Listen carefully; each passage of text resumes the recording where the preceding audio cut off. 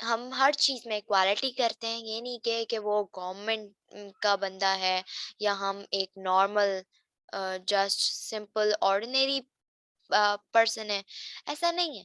ہم ہر بندے کو ایکولی ٹریٹ کرتے ہیں، لا سے پہلے. مسلمان مسلمان یعنی مسلمان اللہ تعالیٰ پر بھروسہ رکھتے ہیں، اللہ تعالیٰ پر بلیو کرتے ہیں. پھر اس کے بعد اللہ تعالیٰ کے نبی یعنی آخری نبی حضرت محمد مصطفیٰ صلی اللہ علیہ وآلہ وسلم اور ان کی آخری کتاب جو کہ ہے قرآن مجید، ان پر مسلمانوں کا پختہ یقین ہوتا ہے. ٹھیک ہے. And they hold a cohesive approach towards life, اور یہ ان کی یعنی ہمارے پروفیٹ صلی اللہ علیہ وسلم کے بتائے ہوئے رستے اور طریقے پر چلتے ہیں. Hinduism, on the other hand, is based on the concept of multiple gods. The society follows a caste system and is divided into 4 classes and have a very narrow approach towards life. Hinduism دوسرا ہاتھ یعنی Hinduism دوسری طرف ایک ایسے concept پر based ہیں کہ وہ ہمیں پتہ ہے ہندوز بتوں کی پوجا کرتے ہیں، رائٹ؟ تو ہندوز کے یعنی ہندوؤں کے ملٹیپل گاڈز یعنی بہت سارے خدا ہیں. ہمارا صرف ایک اللہ ہے، جبکہ ان کے خود اپنے ہاتھوں سے بنائے ہوئے بت ہیں جن کو وہ اپنا خدا مانتے ہیں، نعوذ باللہ. جو کہ بالکل یعنی ڈفرینس آ گیا نا. کہاں ہم ایک اللہ کو مانتے ہیں، کہاں وہ میجورٹی ملٹیپل گاڈس کو مانتے ہیں. ان کی بالکل سوسائٹی الگ ہے، وہ بالکل الگ سے سسٹم کے ہیں. وہ مزید 4 کلاسز میں ڈیوائڈ ہوئے ہوئے ہیں جو کہ ان کی لائف پر بیسڈ ہوتی ہیں. This is the religious difference. Moving towards next, Hindu nationalism. Hindu nationalism. What was the Hindu nationalism? A number of Hindu nationalist movements which emerged from time to time in the Indian history added fuel to the fire by playing up the tension and antagonism which already existed between the two communities. The Hindu nationalist leaders totally ignored the great contribution made by the Muslims in the Indian society by way of promoting education and other social activities. Their writings and ideas played up the communal discord between Hindus and Muslims to further pollute the political conditions. Hindu nationalism کیا تھا کہ ہندوستانی تاریخ میں ان the Indian history, اچھا ہندوستانی تاریخ میں ٹائم ٹو ٹائم یعنی وقتاً فوقتاً ابھرنے والی متعدد ہندو قوم پرست تحریکوں نے دونوں برادریوں کے درمیان پہلے سے موجود تناؤ، جو کہ پہلے سے آلریڈی جو ان میں تناؤ موجود تھا اور جو پہلے سے ان کے اندر دشمنی تھی، اس کو بڑھا کر آگ میں تیل کا اضافہ کیا. یعنی انہوں نے they have used the idiom, they are saying that کہ انہوں نے مزید اس کو جتنا نہیں بھی تھا نا اس کو مزید بگاڑ دیا. یعنی آگ میں تیل کا اضافہ کرنا یعنی اور آگ بھڑکانا ہے نا. تو وہ مسلمانوں کے جذبات سے کھیلتے تھے، مسلمانوں کو تنگ کرتے تھے. مطلب اکوالٹی نہیں تھی. ہندوز مسلمانوں کو ویسے نہیں ٹریٹ کیا جاتا تھا وہاں جیسے کرنا چاہیے تھا. Hindus always treat the best and